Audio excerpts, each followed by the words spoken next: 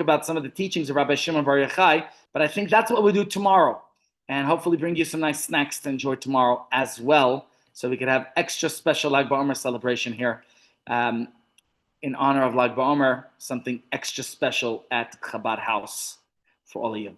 So, as we've been discussing about Lag BaOmer, and we've been learning about the Sfiras HaOmer counting, the 49-day countdown, and the preparation for Shavuos. That's really what we're doing now, is getting ready to receive the Torah at Mount Sinai. So we've counted 32 days since Pesach. Can you believe it? It's already 32 days since Pesach. And that means we have how many days left? 15 days to Shavuos. 15 days, that's it.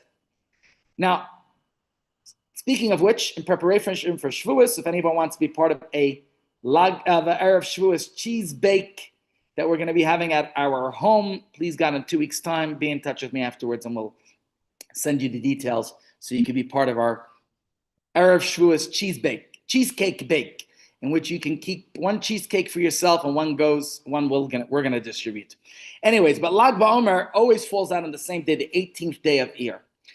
Unlike Shavuos, which is an interesting thing, that Shavuos, while today's calendar establishes Shavuos to always be on the 6th day of Sivan, Shavuos is not always on the 6th day of Sivan. Does that make any sense? Shavuos is always the 50th day from Pesach, but it's not always the 6th of Sivan. Now, for sure, in temple times, we had last week's discussion about Kiddush HaChodesh, sanctifying the months. Remember last week's class? So that had to be done by witnesses who testified that they saw a new moon. And then Rosh Chodesh was declared. Those witnesses went through a rigorous cross-examination system, and once it was determined that they indeed saw the new moon, well, Rosh Chodesh was declared. Say the month of Nisan had 29 days, and the month of Iyar had 29 days, then Shavuos could be on the 5th of Sivan. Say both months had 30 days, then Shavuos could be on the 7th of Sivan. That was back then. What about today? Is it possible to be different today? I will tell you exactly how it is possible. Because it happened to me personally. I spent Pesach in Australia in 2008, and we crossed the international date line coming back to the United States of America, which meant I left on a Tuesday evening from Sydney, Australia, after davening Ma'ariv and counting the Omer. And then I arrived in California, and it was Tuesday afternoon. Could you believe it? So I crossed the international date line, and what happens? What do you do? Now you got Tuesday night again. Do you skip the Omer counting? How do you deal with it? Well, I was instructed that the counting of the Omer is a daily count, and you have to count the next day. You counted already whatever day it was, 15th of the Omer. So I had to count now the 16th, even though everyone else next to me in Shul was counting 15th. It was very confusing, but that's what I did. And till the end, and then we did Shavuos a day early. Yeah. We Jews have some confusing things in our calendar. Another interesting, confusing thing, I'm planning to go to Israel in a few weeks' time, in a month's time.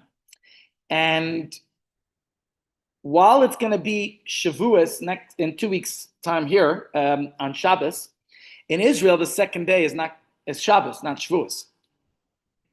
So I don't know how exactly they resolve it. What I would have done to resolve it is to say this week, which is a double portion in diaspora, should be a single portion in Israel, and we'll catch up much quicker. But I don't think that's going to be the case. So it's going to be very confusing, the Torah reading. I'm going to be in a completely different Torah portion when I get to Israel. I don't know what parsha we catch up on. I'll have to check that up. But that gets confusing too.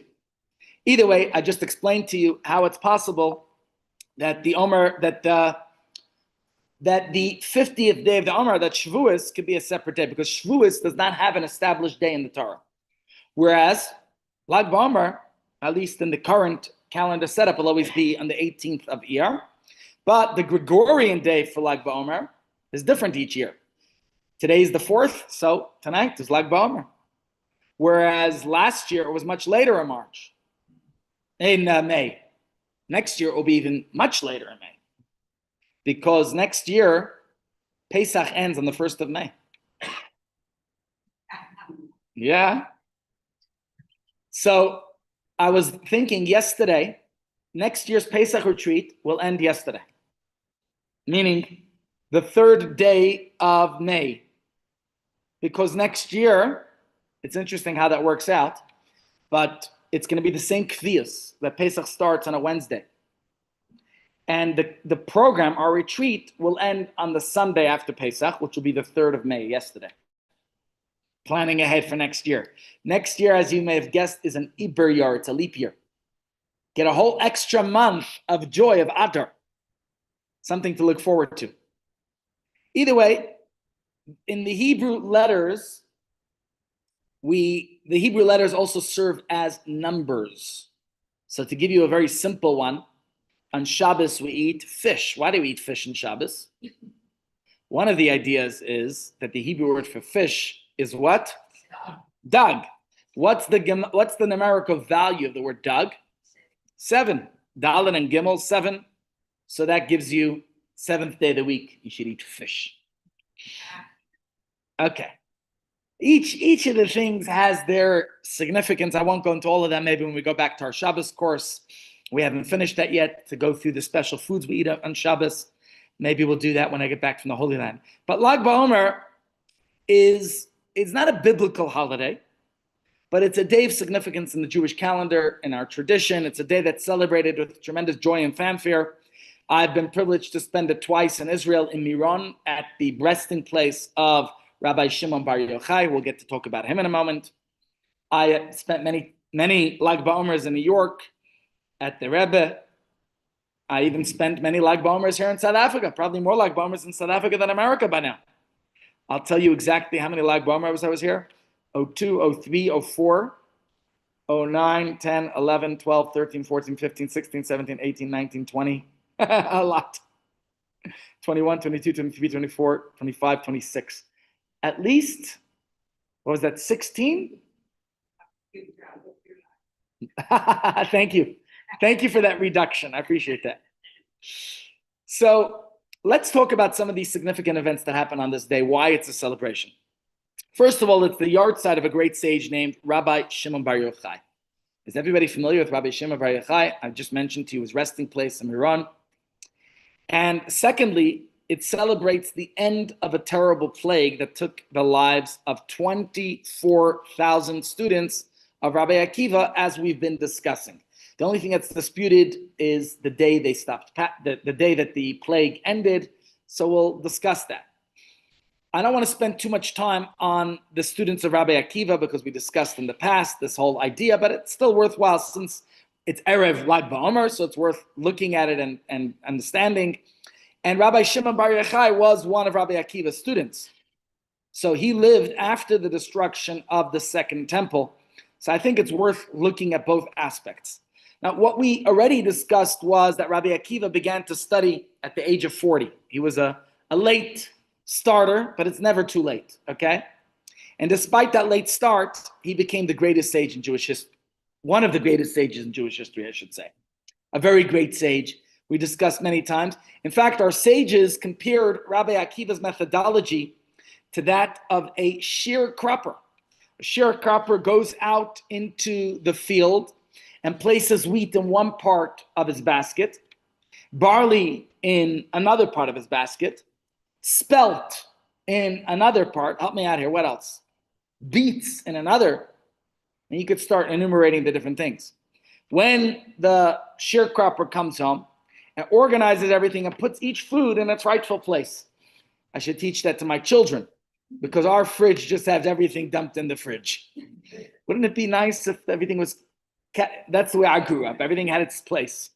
Anyways, Rabbi Akiva, our sages tell us, would study the many different disciplines of Torah. As we know, that Torah touches on every aspect of life, and especially when you get into the oral side of Torah, the Mishnah, the Gemara, which is systematically divided into different parts. In fact, we just started a new tractate in the Daf Yomi, those who study the Talmud every day. We just started tractate Chulin.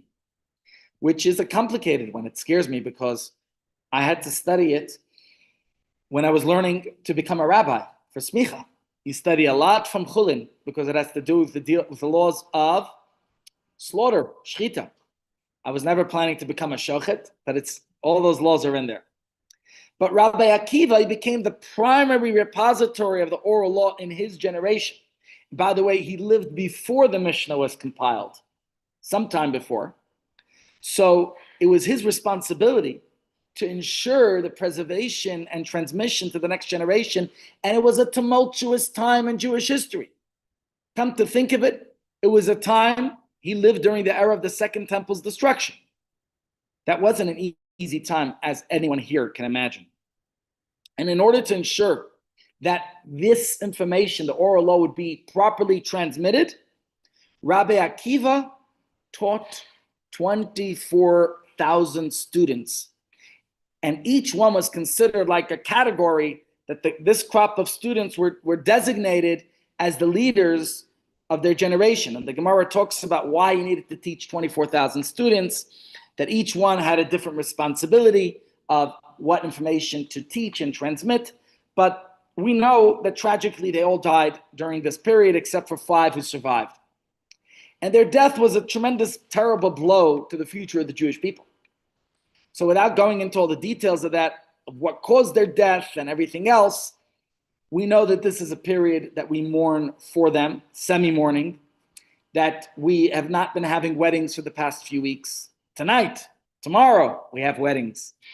We did not cut our hair. If you want to shave or cut your hair, gesundheit. We didn't go to concerts. Tonight, you'll hear music blaring and blasting everywhere. And all the other different things, not buying new clothing, not getting even new fruit that requires the bracha of Shechianu. So 2 things, 2 points. First of all, Lag BaOmer, for sure you can buy new clothing. Absolutely. And you can wear new clothing on Lag BaOmer. Secondly, in general, many of the sages feel that not only now, but even in the 3 weeks of mourning, that you could buy new clothing, but you can't wear the new clothing. Meaning, you're in Santon City to do your shopping for your kitchen that you're allowed to buy, right? It's new clothing you're not allowed to buy. And you see a metzia, you see a bargain that you know is not going to be available again in your size. Okay, your size disappears because you're such a size small, and no, whatever it is. And you decide, now you're wondering, can I buy it? What am I going to do? So the answer is you can buy it, but you'll only wear it on Lag BaOmer or start wearing it from Shavuos. Any clothing. Well, if it's a necessity, for sure you could wear it. So let's say you're asking about a jacket. It's cold outside and you don't have a jacket. You could buy anything that's a necessity, you could buy. So you need a new jacket because yours doesn't fit you, yours, whatever. You need a new jacket. You definitely can buy a new jacket. And if it's a cold day, you could wear it. You should have thought about it, buying it before Pesach. That's why we talk about before Pesach. We remind each other that the Sefira is coming and any new purchases should be done before Pesach. But if you need, you got to get it. So certainly you can if you need. That's at least my perspective from what I learned and understood. Nevertheless, Lag BaOmer, my friends, is a very special day. And that's something we need to talk about because there's so many traditions and customs that are observed on Lag BaOmer because this is the day that the 24,000 students, either because they stopped dying this day or because it was, there's different opinions about it. That according to some, it continued. I don't know the exact, it's hard for me to understand how a fact is disputed, but I guess it's a long time ago. But either way, we are here and we want to celebrate Lag BaOmer. So let's talk a little bit about what the celebration of Lag BaOmer is. So firstly, the Gemara tells us that, where is it? Here. Rabbi Akiva had 24,000 students from all over the country in Israel, And they all died during this season between Pesach and Shavuos. The Gemara tells us the world was demoralized until Rabbi Akiva came to our rabbis in the south and taught them the Torah. Where in the south? I'm not sure. Anyone know where in the south he came? Who were the surviving sages? 5 sages. They were Rabbi Meir, Rabbi Yehuda, Rabbi Yossi, Rabbi Shimon, and Rabbi Elazar ben Shamua. Now we're going to talk primarily about this one. Who is it? Rabbi Shimon. Okay. So obviously we're grateful to Rabbi Akiva that something special he did that I think is a very important lesson for all of us. Despite his old age, because he wasn't a young man, and I think that the devastating blow of losing 24,000 students is in itself a very big deal. But you know Rabbi Akiva did? He started again with these 5 surviving students and made sure that the Torah would continue, the oral law would be transmitted, and he taught these 5 students, he made sure they were on the road, they were ready to continue teaching and inspiring, and not only the written Torah, but the oral Torah, and he trained each one in a specific area of Torah study. And the student whom he taught the esoteric teachings of the Torah was none other than Rabbi Shimon, who received the Kabbalah. What does Kabbalah mean? Received. Okay? And Rabbi Shimon Bar Yochai, who passed away on Lag BaOmer, which is one of the reasons why we have bonfires, because he was such a great luminary of Torah. We'll talk more about that tomorrow. So to remember his luminescence, we light candles. We light not just candles. You know, for an ordinary person on the yard side, we light a candle, right? But for Rabbi Shimon Bar Yochai, who was such a brilliant, bright light, we light bonfires. Now let's focus on what the Talmud tells us here. We know that the spiritual cause for the passing of Rabbi Akiva's students we discussed a few weeks ago was their failure to treat each other with respect. And we asked the question, how is it possible that for such a great sage, what was Rabbi Akiva's most favorite verse of the whole Torah? To love your fellow as yourself. So if to him that was the most important, greatest principle of the entire Torah, then certainly he exemplified and taught it to his students. So is it possible that Rabbi Akiva's students failed to actually absorb what their teacher considered to be the most important principle in the whole Torah? Good question. All these are good questions. But the answer we focused on was that there wasn't a lack of love between them. It wasn't that there was no love. It was a lack of respect. Rabbi Akiva taught to love your fellow as yourself is the most important principle. They excelled in that. They had love for each other, but they lacked in respect. Now, on the surface, you might say love and respect seem similar. And certainly there is an overlap between them. But there's also a huge difference between them. And that we discussed in great detail, but just to highlight a few of the points, love is usually coming from the different, love has to do with our sameness, right? Love is a very powerful emotion. Our empathy, our concern for another. But love can also be, you ever heard that, stifled with love or smothered with love or choked with love, right? Love can also be difficult. It could be overbearing, it could be stifling. When you smother another with love, with all the good intentions, it could sometimes have a detrimental negative effect. Too much love, or love that's untempered by respect, can mean that we don't respect boundaries, that we impose our ways of thinking on others and we don't let them be themselves. So, my daughter claims that I don't respect her privacy. At least that's what she wrote in a diary. Hey, I'm in trouble now. Big trouble. Respect gives the people we love that space that they need to make their own decisions, to walk their own path. And we need to respect them and their opinions, even if we don't agree with them. So while love is so important, we discussed, remember I said there are people you love and respect, but there are people you love and you don't respect. And there are people you respect and don't love. Respect alone is not enough. Imagine watching somebody jump off a cliff and doing nothing because we respect their autonomy, their own decision. It's their decision. So you didn't stop that person from jumping off the bridge? No, I respect. Live and let live. Oh, wait, I didn't let them live. So what's going on? There's a tension oftentimes between love and respect. Too much of either one can throw off a relationship. And the key to a healthy relationship is to find the proper balance between love and respect. Because if either one is not in the right way, I think, respect without love could come across as distant and uncaring. Love without respect could come across as overbearing. So let's understand now what happened with Rabbi Akiva's students. The Talmud doesn't say they were lacking with love for each other. Their teacher taught to love one another, and they did. The Talmud says they were lacking in respect, and this tells us that they didn't fail to learn from Rabbi Akiva's teaching on love, but they failed to balance it with respect.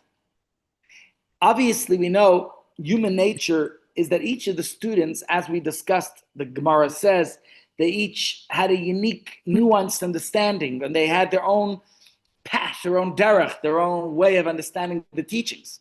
But each one, because of their love for the other, tried to convince and compel the other that they didn't have the right way.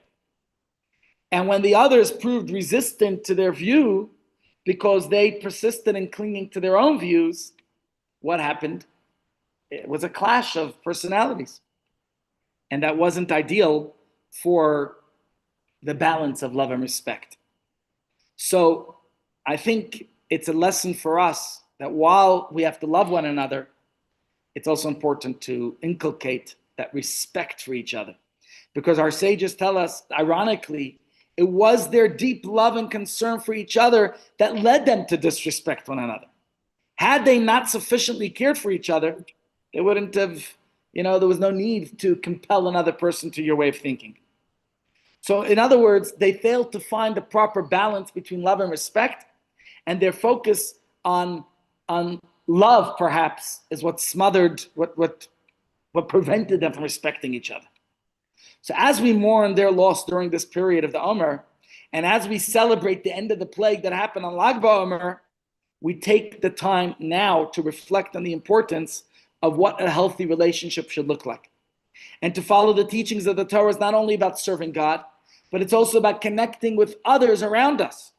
And just as there are mitzvahs between Hashem and us, we'll talk more about the Ten Commandments as we get closer to Shavuos, but there are also mitzvahs between us and others, right? The first half of the Ten Commandments, the first tablet, is between us and Hashem. The second half of the tablets is between us and our fellow human beings. Yesterday, my daughter said she wasn't feeling well, and the kids are annoying her. Yeah, she said she has a headache, and the kids are annoying her. So I told her she could go.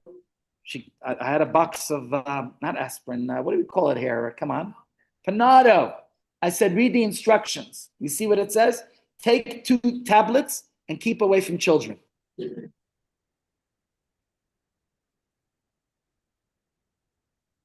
Well, these 2 tablets don't keep away from the children. It's important. You heard the story about the 2 kids always got into trouble with everything. And one day, broke the tablets. They didn't know. Teacher asked again, who broke the tablets? The kids got scared. They said the tablets are broken and they're blaming us. Obviously, we have the rituals between us and God, but we also have the social responsibilities with each other. And both of them are important. Both of them are not to be ignored. And even in our relationship with Hashem, we have to, it's not just because I love, I do whatever I want. There has to be an element of respecting God's will, of following Hashem's will. Okay? So that's why we spend this period in order to receive the Torah properly, working each day of the Omer to refining a different aspect of our character in order to become a better person, the best person we could be. And that's certainly an important part of this Omer period. But that's not the ultimate point of Lag BaOmer. Lag BaOmer, we said, we are observing the yahrzeit of Rabbi Shimon Bar Yochai. Now, I know, to me, the day of the anniversary of my parents' passing is a sad day. So why would the passing of Rabbi Shimon Bar Yochai be such a happy day?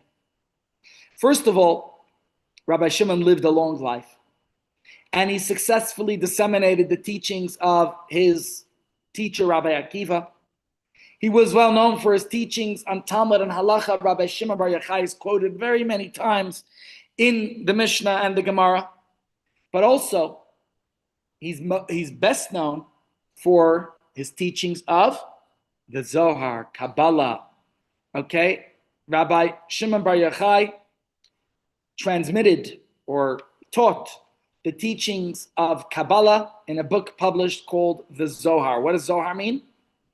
Shining, radiant light. Okay? And the Zohar describes the remarkable fashion in which Rabbi Shimon passed away, actually.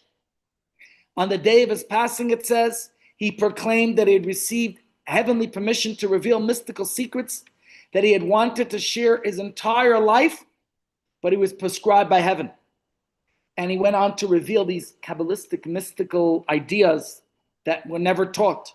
So the day of his passing, as he kept on teaching, his face shone with a celestial brightness, and it was impossible to gaze on him. This great, brilliant light, which is symbolized today by the bonfires that we light, enveloped his bed, and his students could hear him, but it was such a great light they couldn't bear to see him. And they sat beyond the ring of the celestial radiance, and they absorbed and transcribed his teachings, which they added to his book.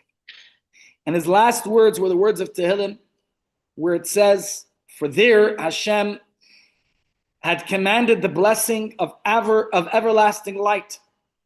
And all was still in the room, it says, but no one could peer through the veil of light to determine whether the end arrived. However, they surmised that their teacher had returned his soul to his maker with the words when he said everlasting life. Yeah. I just wanted to point out, Bob Bodenberg, I have your side mother. Oh. Unlike what one would expect on your side, since I knew he was in a very good space with Rashbi, there was no sense of. Wow. How many years is it since she passed away? 1986. 40 years. What's that? 69. At 69. 40 years ago. Look, 69 is young for a mom to pass on. Good space. Absolutely. Now, it's not that they didn't mourn. They mourned for the passing of Rabbi Akiva. Right? And towards the end of the day, the veil lifted and they could see Rabbi Shimon lying on his right side with a serene smile on his face. He was deceased. But when they carried him on his final journey, there was a baskal, a heavenly voice, which today we don't get these heavenly voices. In fact, they say, if somebody claims to hear God talking to them, but doesn't God talk to us all the time? So that was that day, and Rabbi Shimon passed away with the words life. He talked about everlasting life on his lips. And with his last spoken word, he implied that his life is not followed by death as we understand it, but life on earth is just an end to life the way we know it. And it's actually followed by a transition to everlasting life of the soul. So that is something that is, the soul continues to live on. And as we know, there's a verse that says, Ner Hashem Nishmas Adam, God's light is man's soul. So again, the symbolism of the bonfire symbolizing the great light that he brought into this world. I don't think we light a yahrzeit candle for Rabbi Shimon. I mean, imagine we lit the yahrzeit candle for all the great Tanaim and Amoraim. Every day there would be candles to be lighting. But you do need to light one because it's your mother-in-law's yahrzeit, right? Well, her mother-in-law. So there was a heavenly voice, we said, that proclaimed that Rabbi Shimon's funeral procession was a celebration. It was a joyful event, and it was called Yom Hilula. I believe the word Hilula is like a wedding. And it's interesting, why would the day of the passing of a great sage be called like a wedding day? And our sages tell us, this teaches us that the soul rejoices upon the returning to heaven like a bride rejoices when she is wed to her husband. And although the day of passing is sad, it's a day always when a person passes away. I mean, obviously, you're able to contextualize and understand that she shares the same yahrzeit as Rabbi Shimon Bar Yochai. But to us down here, it's hard to realize that our loved one is no longer with us. And that's certainly a difficult space to be in. Right? We mourn the earthly absence of our departed loved one. And it's a day of difficulty for us in that sense. But from a spiritual sense, we know, I hate to use that phrase because it's too cliche. They're in a better place. You know that phrase? But they are. Certainly when a person passes on, they are in a better place. But don't tell that to somebody when they're in mourning.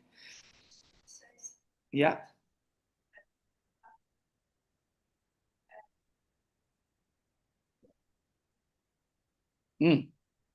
Yeah.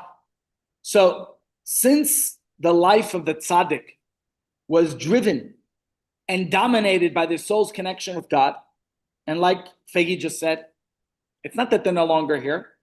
In some ways, they're even more so here. Like you say, using the metaphor on the second floor, they're upstairs.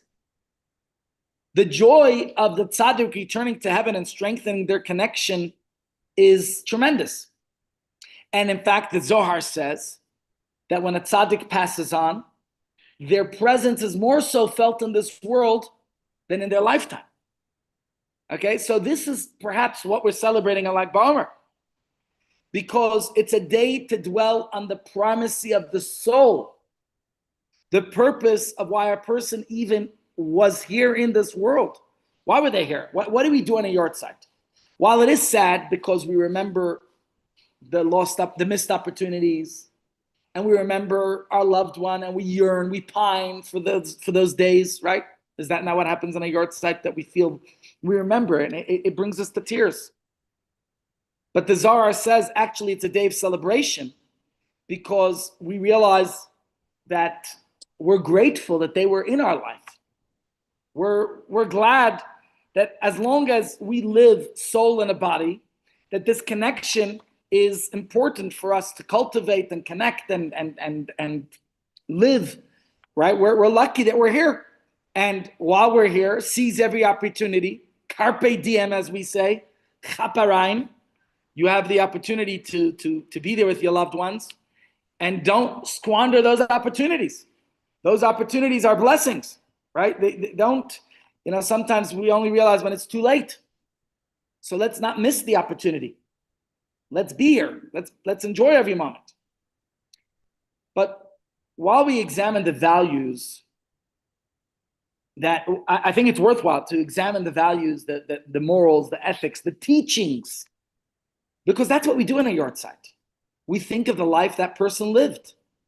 So that's what we should do on the yahrzeit of Rabbi Shimon Bar Yochai, which is tonight, tomorrow.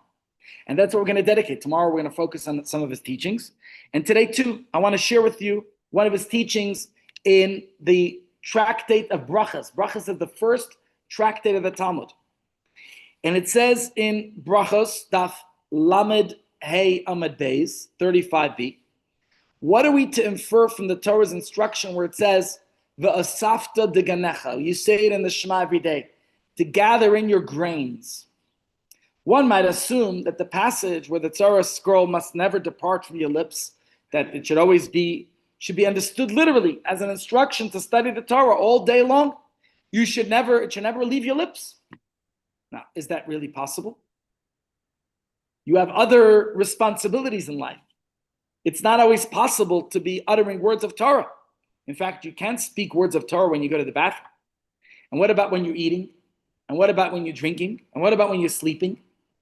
Therefore, Rabbi Shimon, we're going to get to Rabbi Shimon in a second, but there's a discussion in the Talmud.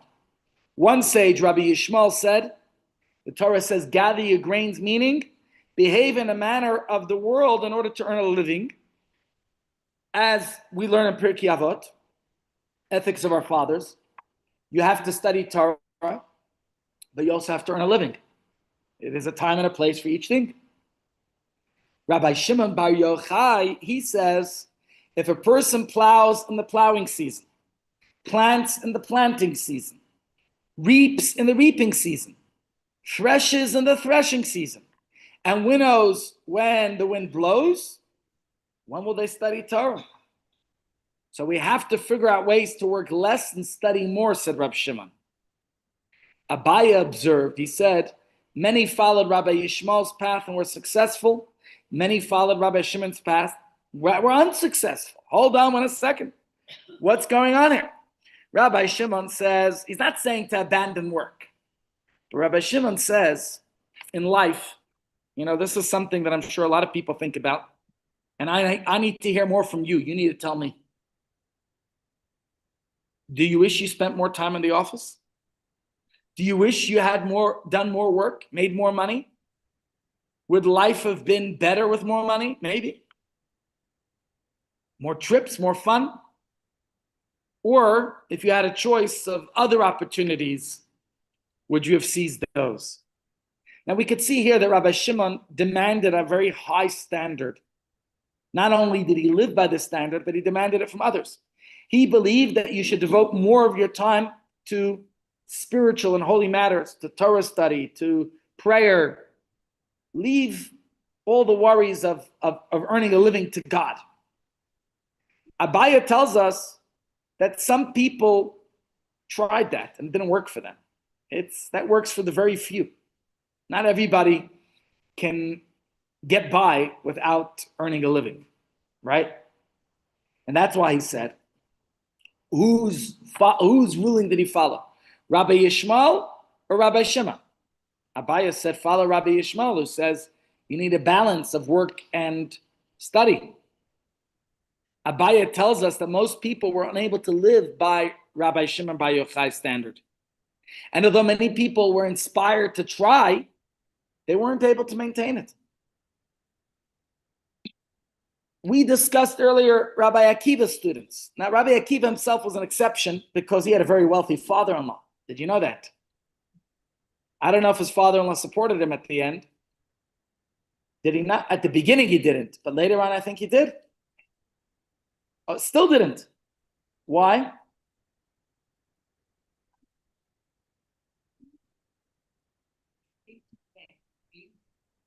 Right? Yeah, he took care. Rabbi Akiva, I think his family was able to live because his father-in-law supported them. At the beginning, he didn't approve. He did not endorse his daughter. Listen, I'm sure everybody here, you want your daughter to date a good guy, a learned person, right? Rabbi Akiva was illiterate. He was ignorant. It's no wonder that his in-laws disapproved of that shidduch. Last night I was watching with my kids a video. There's a program in America called Mic Drop. Any of you heard of Mic Drop? Mic Drop pretty much is a Jewish version of TED Talks. Now, there's plenty of Jewish people who talk on TED Talks. But Mic Drop is more like a frum version, where frum people get up and talk. Personally, I'm not a fan of people going and, because I find that most of the mic drops are like part of the Me Too movement. Anyone who wants to talk about their problems in public and, be vulnerable in a public way. Now, I guess there's nothing wrong with being vulnerable and sharing your raw vulnerabilities and feelings. But do we always have to air our dirty laundry? I think in today's era, everybody likes to. It's a big thing. Anyways, I watched somebody talk yesterday, a young man who I know.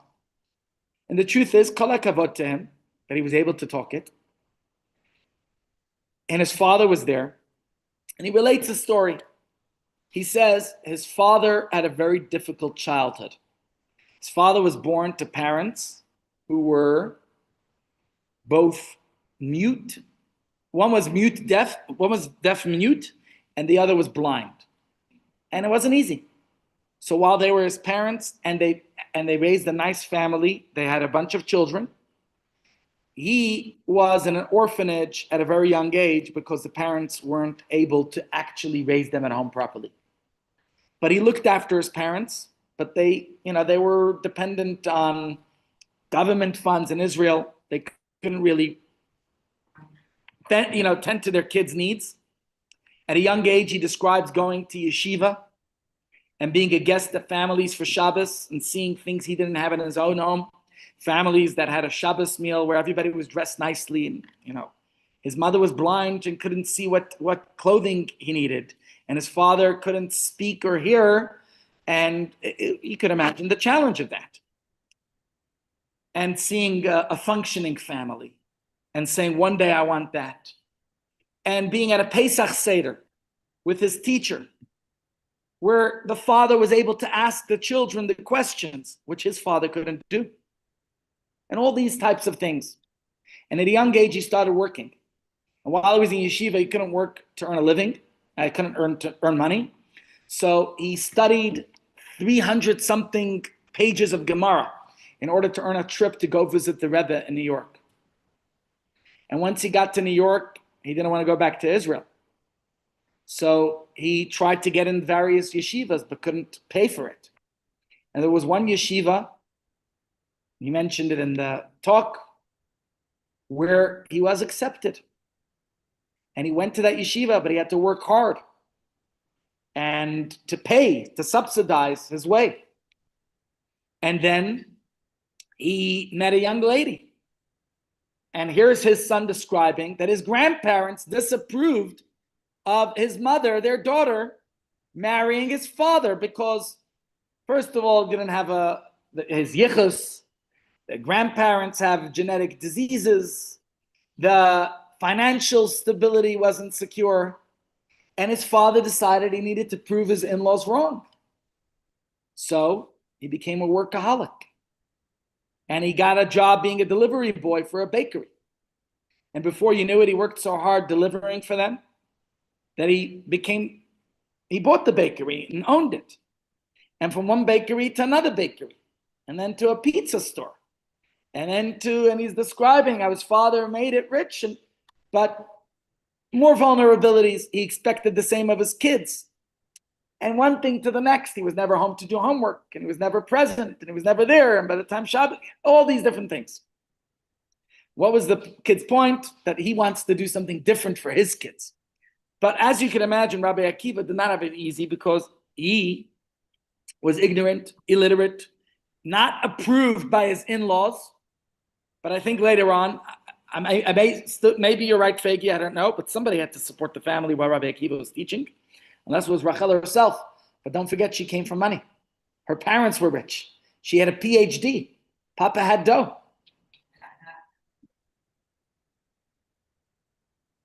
Nevertheless, we see something from his teachings. This tension about the focus on learning.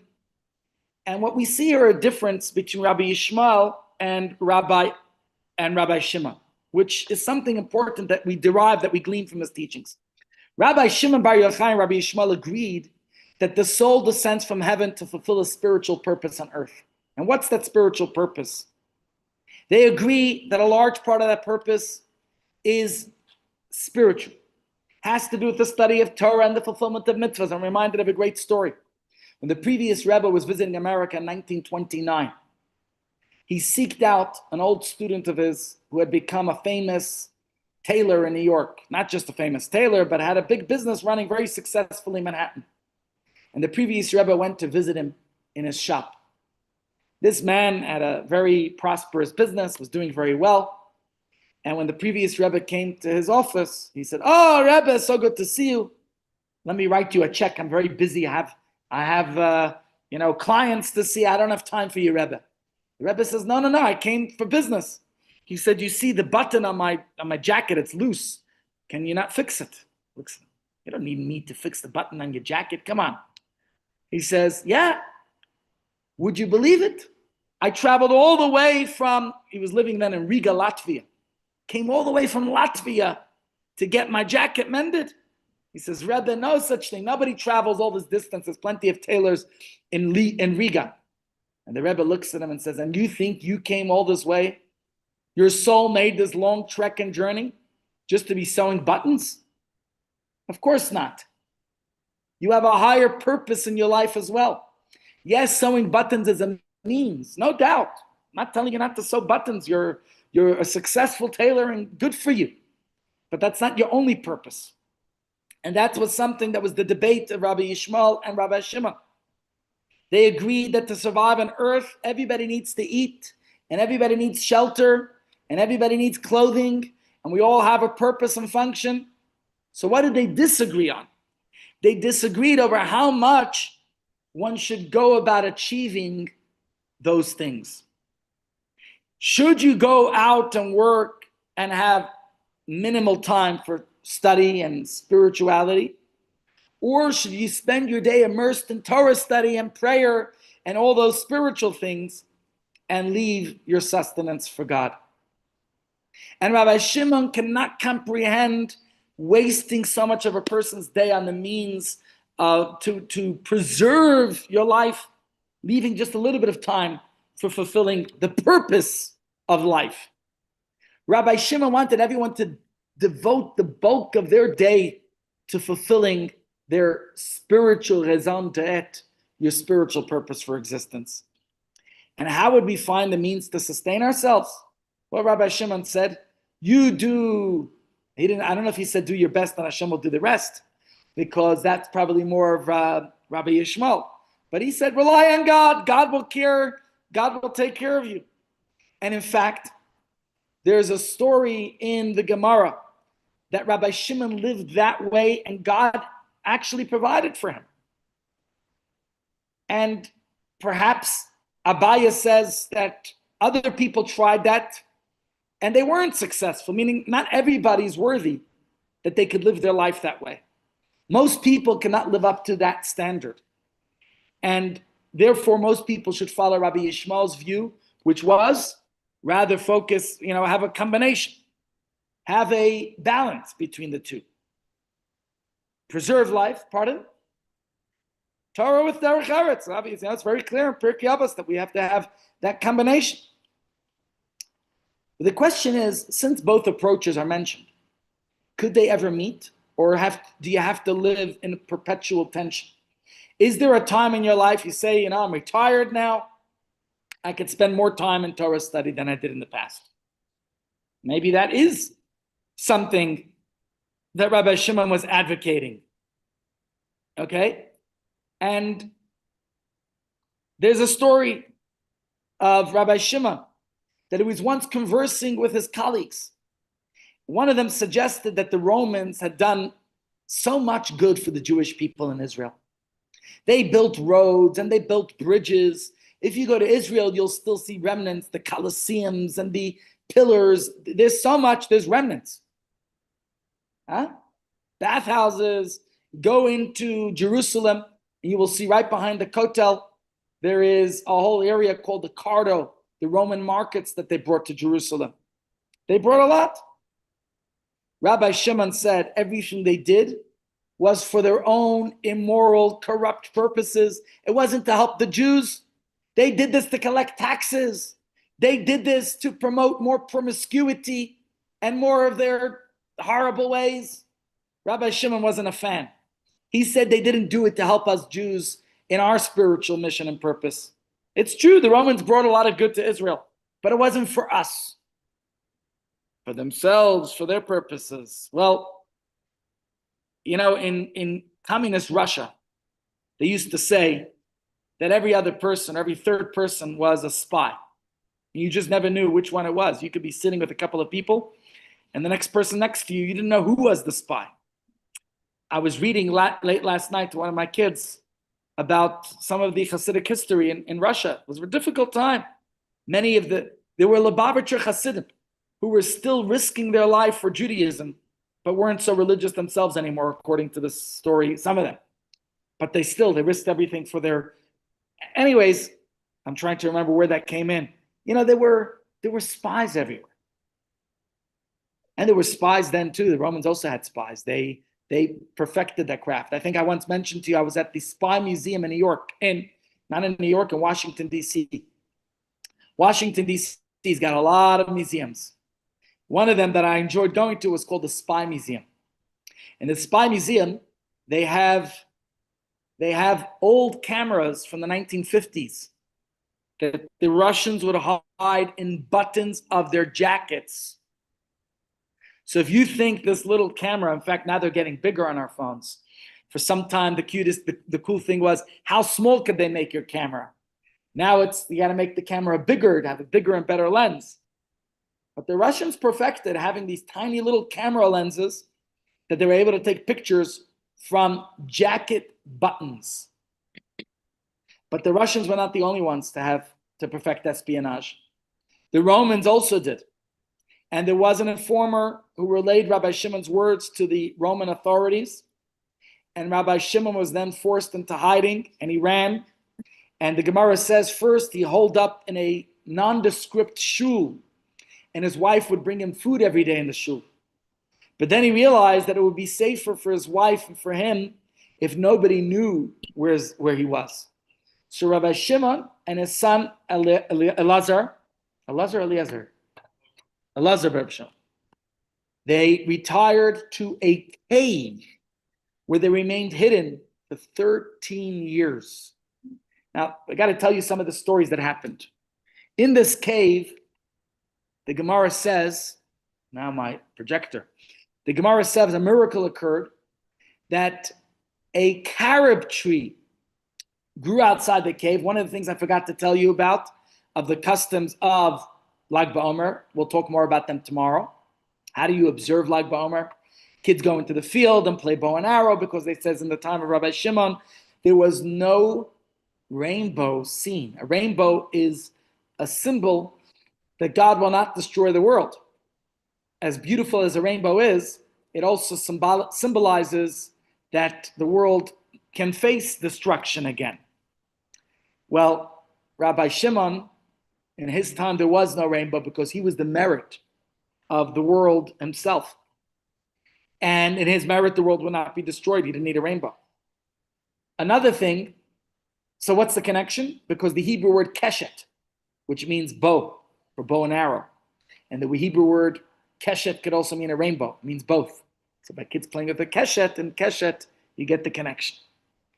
But people eat buxer, carobs. Why carobs? To remember the story of the carob tree and a wellspring that appeared from which they were nourished. And to preserve their garments, they actually dressed only for prayers. So how did they study? What did they do? How do you cover yourself to study? You can't study Torah undressed or in your birthday suit. So how did they study Torah all day? Huh? They covered themselves with leaves. Yeah. With leaves. Yep. Anyways, I want to tell you two more stories. Or maybe I should leave the stories for tomorrow, because one of the stories is when Rabbi Shimon left the cave, they couldn't actually tolerate that people would waste their time. Like people who were going out there and buying things and shopping and schlepping. So we'll talk more about that tomorrow when I share with you some of Rabbi Shimon's teachings. But I want to share with you one final story for today. All right? We read on Shabbos the portion of Emor. Right? The last few weeks we spoke about the importance of speech, the faculty of speech. Let me share with you a fresh new story that I just received yesterday. The story happened this past weekend. Okay, so it's brand new. Emor, we have to remember the power of our speech.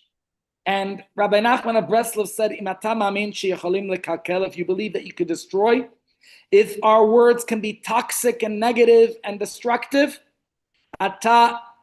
you must also believe that we're able to rectify and fix with our words. Now, it's true that the words that come out of our mouth are impossible to take back, but we could try to rectify, as this story I'll share with you of the people who I know in the story. These guys are a couple of years older than me, but there was a class reunion this past weekend in New York of my school, of the students who turned 50 this year. Okay, they're about 32 years older than me. And they turned 50 this year. We also had a class reunion when we all turned 40 a couple of years ago. And I guess the next reunion we talk about doing in 10 years, when we turn 50. So these guys got together at a hotel in New York for the past weekend to celebrate all of them turning 50 and getting together and seeing each other for the first time in many years.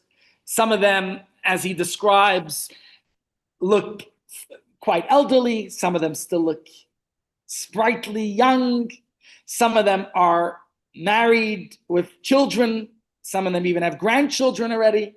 Some of them are not married. Some of them are very religious. Some not so religious. They're all different types. It was a class reunion.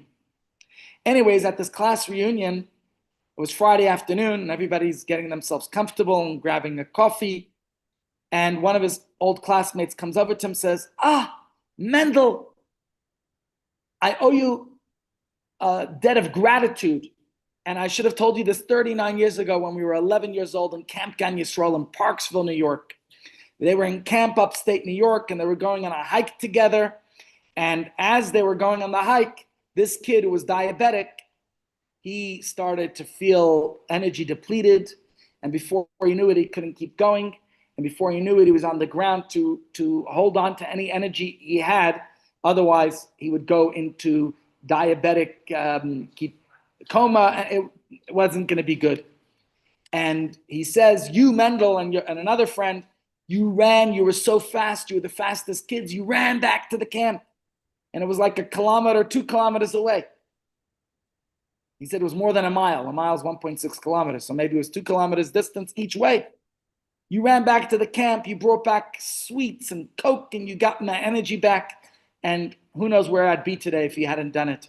And I never said thank you properly. So thank you. Wow. Mendel writes he feels really good of himself. This is good. I'm reminded of a good deed I did when I was 11 years old. And he says, I was that kind of kid who liked to do good deeds and good things. And he felt really good. But then another classmate got up to tell a story. What was the story he told? He said he came from a non-Chabad family. His family lived in another city, quite a distance from New York, in Michigan. And his father started getting inspired by the Rebbe's teachings. And although they were Litvaks, they started traveling to New York to be at the Rebbe's Farbrengens. And they would come for Shabbos from time to time. And while his father would be present at the Rebbe's Farbrengen, or his father, maybe not during the Farbrengen, he was there too, maybe during Shul, he would be playing outside with his friends. And there was a certain fellow in the neighborhood, an older guy, who had a deformed looking face.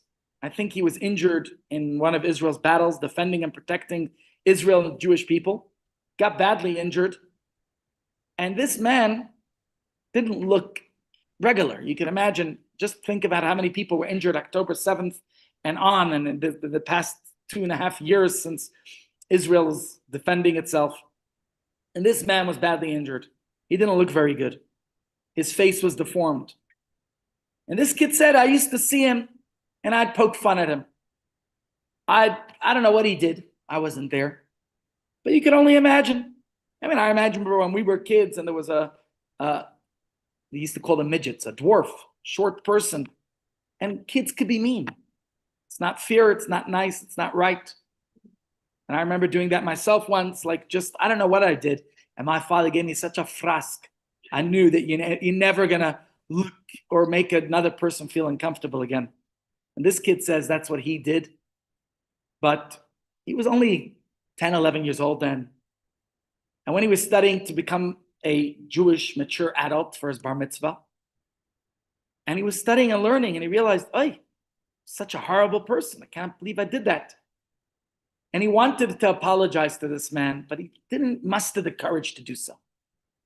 He meant to, and one day he was in Mesivta in high school and studying and learning, and he resolved, I'm going to apologize to this man. It's time to do so. He was 15 years old already.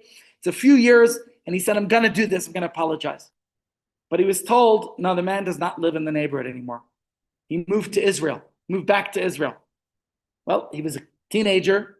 He didn't get to go to Israel and apologize. Or when he went to Israel, it wasn't on his mind. And he lost track of it. He forgot. He says, fast forward many years, 15 years later, he's a 30-year-old. He put a picture of himself as a 30-year-old man in Israel, in Tel Aviv, walking down the street one day. And lo and behold, guess who he sees? This elderly man. Now he's an elderly man. And he sees him in the street in Tel Aviv. And he turns to him and says, are you so-and-so? Is that you? He says, yes, that's me. He says, you won't recognize me. Now he's a man with a big beard, looks like a rabbi. And he's not a communal rabbi, but he's an activist, a community activist. But he's a rabbi. And he says to this man, you won't know who I am. But many years ago when I was a kid and you were in the community, I used to tease you. I wasn't nice to you. Do you remember that? He says, yes, I remember that. That wasn't nice. That chased me away. I left the neighborhood because of kids like you. He says, I'm so sorry. I was an immature kid. I wasn't even from the neighborhood. I was just visiting. I don't know what got in me. But as I got older, and he tells him, I was studying for my bar mitzvah and I wanted to apologize, but I never mustered the courage. And then by the time I did have the courage, you were no longer in the neighborhood. He says, please, won't you forgive me? The man looks at him and says, no. You caused me so much agmas nefesh, so much trouble, distress. I'm not forgiving you. Now you got to convince an old man to forgive you. What do? He begs, he pleads, he says, please, come on. I try to be a good Jew. I try to emulate the Rebbe's ways today. I'm involved in the Rebbe's work. And obviously, he says, no, the damage was done. You know how much you hurt me? And the man refuses to apologize. And he begs and pleads. And eventually he says, in the Rebbe's honor, can't you forgive me? So the old man says, listen, for the Rebbe's honor, that behavior brings tremendous shame. But let me tell you, if you will agree to go out there and tell the story and prevent other kids from behaving in this horrendous way, then I'm willing to forgive you. So, he says, sorry, I messed it up. He said, according to Jewish law, if a person asks for forgiveness 3 times sincerely and genuinely, then I have to forgive you.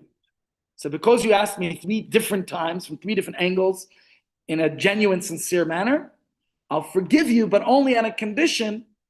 The stipulation is that you go out there and tell our story so that others won't offend, insult, and hurt other people. Well, Mendel says, when I heard that, all of a sudden it drew me back to primary school.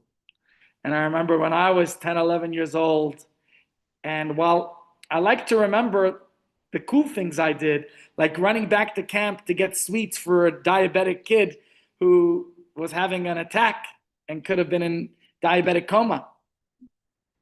But then I remembered there was another side to me that I didn't like to remember. But I was also a bully. Maybe I was bullied and I bullied him. He remembers when he bullied a particular kid. And that kid, who was his classmate, was not even present at this reunion. He says, I better call him up. And he calls up that old classmate and he starts making, what do you call that? Small talk, and says, we miss you. You're not at the reunion. Is everything okay? And like this, struggling and stumbling. And then he says, look, do you remember when I used to bully you in school 40 years ago? And he says, boy, do I remember it. Nobody forgets those events, right? And he says, please, won't you forgive me? I hope you could find a place not to hold a grudge against me anymore. Now, first, his friend teased him. He said, nah, I'm not going to forgive you. And he's thinking, oh, am I going to go through the same situation like my classmate who was in Israel begging the old man? And then his friend says, no, don't worry. I forgive you 100%. It's water under the bridge. We've all come a long way since then. Don't worry about it. But nevertheless, he published the story. He put it out there. And I'm just sharing it with all of us that we should all find the place in our hearts to be forgiving.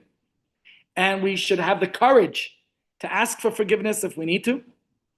And thereby to continue radiating the great light of Rabbi Shimon Bar Yochai.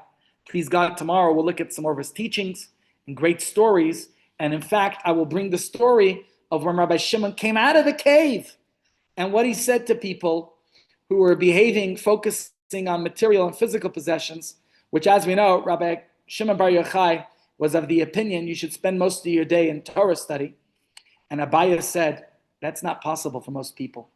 While we could study every day, and we certainly should, and if any of you want another WhatsApp group to join, I'm going to tell you to talk to my friend Daniel here, who will add you to his Chayenu WhatsApp group, and you'll get a daily synopsis of all the Torah study you should be doing in a nutshell.